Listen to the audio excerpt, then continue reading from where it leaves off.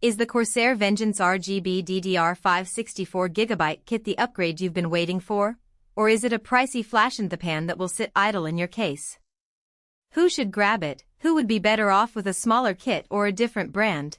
And does the price make sense for someone who just wants smooth gaming and a bit of flair? Link is in the description if you want to check the product details on Amazon. When you start looking at DDR5, the headlines are easy to get lost in: 6400 MHz, CL32 latency, a dazzling 10-zone RGB strip that can be synced with your motherboard, and a reputation that CORSAIR has built over a decade of memory. Those numbers look great on paper, but the real question is how they translate into day-to-day use. I spent the last 2 weeks swapping this kit into a mid-range Intel 12th Gen build that already had a decent Ryzen 5 5600X, and I kept a close eye on both the performance numbers and the little annoyances that only show up after you live with the hardware. First off, the biggest practical strength of the Vengeance RGB kit is the onboard voltage regulation. Most high-speed DDR5 kits rely on the motherboard to manage power, which can lead to instability when you push the memory to its rated 6400 MHz. CORSAIR's onboard regulator lets the sticks negotiate their own voltage, and in my tests the system booted cleanly on the XMP profile without any extra BIOS tinkering. That meant I could hit the advertised 6400 MHz out of the box, something that even a few of the more budget-friendly DDR5 kits struggle to achieve without a manual tweak. For anyone who wants top-tier bandwidth for video editing, large dataset crunching, or future-proofing a gaming rig, that stability is a real time saver. The second thing that made a difference in my daily workflow was the 10-zone RGB lighting. Yes, it's mostly aesthetic, but the ability to sync the memory's light show with the rest of the build through CORSAIR's ICUE software adds a layer of cohesion that many builders appreciate. In a home office where the PC is visible on a desk, that coordinated glow can actually help you spot if a stick is missing or if a module has failed. ICUE will turn the offending module a warning color, which is a small but useful diagnostic cue.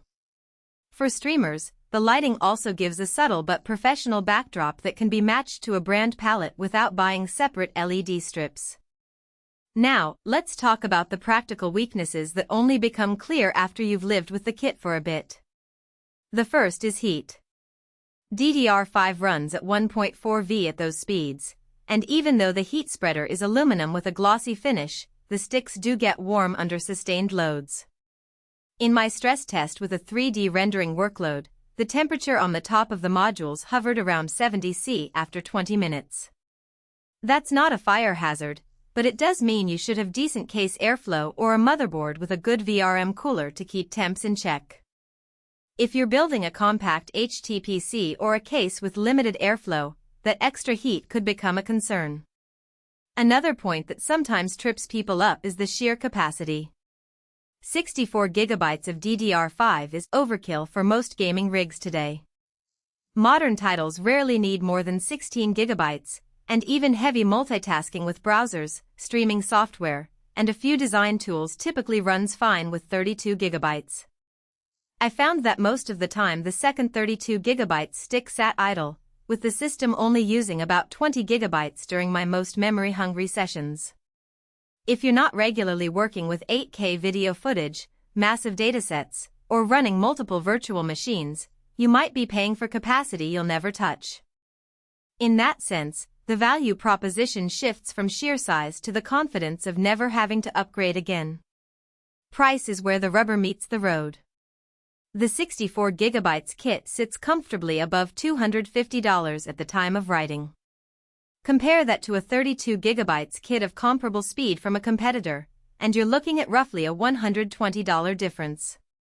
For a user who genuinely needs that much RAM, the price is justifiable, especially when you factor in the confidence of staying at the cutting edge of DDR5 for the next couple of generations. For a typical gamer or content creator who tops out at 32GB, the extra stick feels more like a premium add-on than a necessity. If your budget is tight, you could drop to a 32GB kit and still enjoy the same RGB aesthetic and voltage regulation features, just with half the capacity.